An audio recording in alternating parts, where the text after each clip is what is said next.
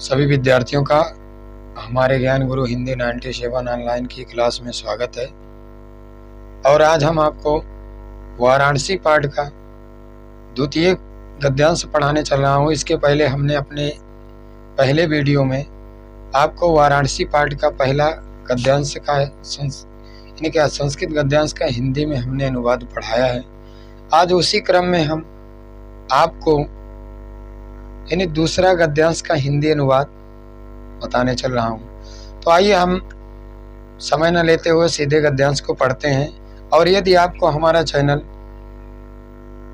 कुछ लाभ देता हुआ नजर आ रहा है तो आप हमारे चैनल को लाइक, शेयर, सब्सक्राइब करना बिल्कुल ना भूलिए। ठीक, तो आइए ज़्यादा समय न लेते हुए हम सीधे आपको वाराणसी पाठ के द्वितीय गद्यांश का हिंदी अनुवाद पढ़ा रहा हूँ।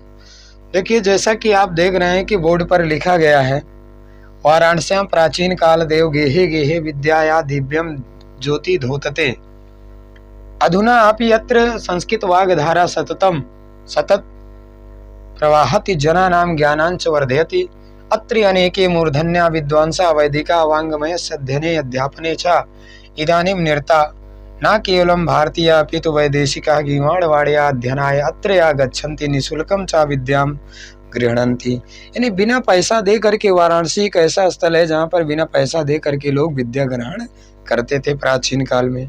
तो यानी आइए उसी को हम हिंदी अनुवाद के रूप में वाराणसी माने वाराणसी में प्राचीन काल देव। प्राचीन काल देव मतलब प्राचीन माने पुराने, काल माने समय, देव माने से, यानी प्राचीन काल यानी क्या पुराने समय से, यानी प्राचीन काल से।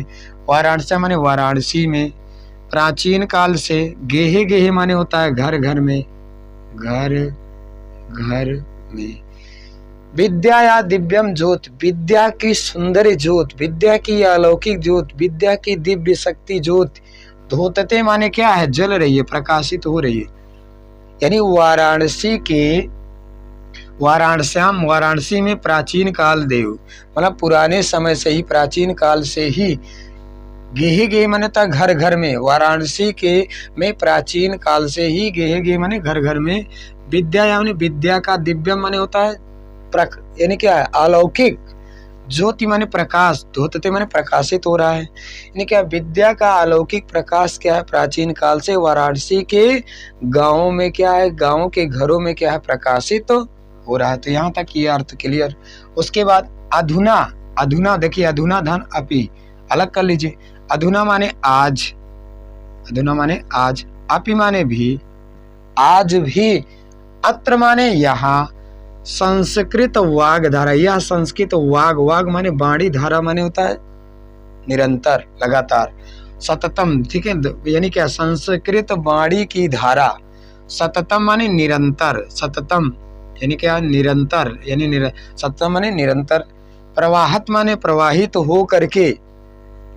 अधुना माने आज भी, अत्र माने यहाँ, संस्कृत वाग्धारा यहाँ की संस्कृत, यहाँ संस्कृत वाग्धारा यानी संस्कृत की वाणी। सततम माने होता है निरंतर, प्रवाहित माने प्रवाहित होकर के, जनाना माने तो लोगों के, ज्ञानांच चा लगत, चा माने और, ज्ञानांच माने ज्ञान को, वर्धित माने बढ़ा रही है।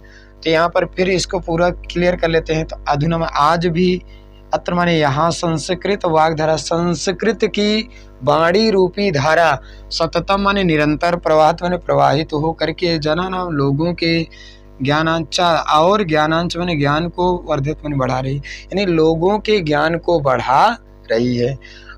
ठीक, अत्र माने यहाँ, अनेके माने अनेकों, मूर्धन्य माने मूर्धन्य, ज्ञानवान, विद्वांसा माने विद्वान, वैदिक माने वैदिक, वाङ्मयस, और वैदिक वाङ्मयस माने होता है, वाङ्मय माने होता है साहित्य, वाङ्मय माने साहित्य। यानी क्या, वैदिक साहित्य के अध्ययन माने पढ़ने में, अध्यापने माने चा लगा, तो चा माने और, अध्यापने माने पढ़ाने, पढ़ने और पढ़ाने में। अत्र माने यहाँ, अनेके माने अनेकों, मूर्धन्य माने कुशल, जानकार, ज्ञाता, महर्षि। वैदिक वाङ्मयस मतलब वेदों के, यानी क्या, वैदिक, इसको आप कह लीजिए वैदिक साहित्य के, अध्ययने माने अध्ययन, च लगा तो च माने और, अध्यापने माने अध्यापन करने, अध्ययन और अध्यापन में, इदानीम इस समय, इस प्रकार निरता माने लगे हुए, इस प्रकार लगे हुए हैं, ना केवलम भारतीय, ना केवल भारतीय, भारतीय ना केवल भारतीय, अपितु, अपितु माने बल्कि वैदेशिका, वैदेशिका माने विदेश के लोग भी, गीवाण वाणिया, गीवाण माने संस्कृत, वाणिया माने वाणी को, यानी देवताओं की भाषा यानी संस्कृत भाषा के, यानी क्या गीवाण वाणिया यानी संस्कृत भाषा या देवताओं की भाषा संस्कृत की वाणी को अध्ययनाय माने अध्ययन करने के लिए, अत्र माने यहाँ, आगच्छन्ति माने आते हैं, यानी संस्कृत यानी क्या अपितु बल्कि वैदेश का विदेश के लोग भी गीवाण वाणिया संस्कृत की भाषा के अध्ययन करने के लिए, अत्र माने यहाँ, आगच्छन्ति माने आते हैं। और चा लगा, चा माने और, निःशुल्कम माने बिना शुल्क दिए, विद्या माने विद्या को, ग्रहणांति माने होता है ग्रहण करते हैं, बिना पैसा दिए बिना शुल्क दिए यहाँ पर आकर के विदेश के लोग यानी संस्कृत वाणी को, देवताओं की क्या भाषा को यानी बिना शुल्क दिए ग्रहण करते हैं। तो ये तो हो गया क्या दूसरे गद्यांश का यानी क्या है अनुवाद। एक बार पुनः हम पूरा देख लेते हैं। वाराणसी, हम वाराणसी में प्राचीन काल देव मतलब पुराने समय से ही गेहे माने घर घर में, विद्या या विद्या का दिव्यम ज्योति धोतते, विद्या का दिव्यम अलौकिक ज्योति प्रकाशित हो रहा है। अधुना अत्र, आज भी यहाँ संस्कृत वाग्धारा, संस्कृत की वाग्धारा सततम निरंतर प्रवाहित होकर के जना नाम च और ज्ञानांच वर्धयत, यानी लोगों के ज्ञान को बढ़ा रही है। अत्र अनेके, यहाँ अनेकों क्या कुशल विद्वांस वैदिक वांग्मय संस्कृत साहित्य के अध्ययन और अध्यापन में इदानीम इस प्रकार निरत माने लगे हैं, इस प्रकार लगे हैं, ना केवल भारतीय, ना केवल भारत के, अपितु बल्कि वैदेशिक माने विदेश के लोग भी गीवाण वाणिया संस्कृत की वाणी के अध्ययन करने के लिए, अत्र माने यहाँ, आगच्छन्ति माने आते हैं, यानी यहाँ क्या संस्कृत की वाणी के अध्ययन करने के लिए विदेश के लोग भी यहाँ पर यानी बनारस में आते हैं, वाराणसी में आते हैं। और निःशुल्कम, बिना शुल्क दिए, विद्या क्या है बिना शुल्क दिए, विद्याम ग्रहणत, और बिना शुल्क दिए संस्कृत की विद्या को ग्रहण करते हैं। तो हमने यहाँ पर आपको संस्कृत का दूसरा यानी क्या गद्यांश पढ़ाया है। तो यानी यहाँ पर लिखा है शेष अगले वीडियो में आपको इसकी अगली क्लास प्राप्त होगी। तो यदि आपको हमारा यह यानी क्या है ज्ञान गुरु हिंदी 97 आपको लाभ देता हुआ नजर आ रहा है, तो आप हमारे चैनल को लाइक शेयर सब्सक्राइब करना बिल्कुल ना भूलिए।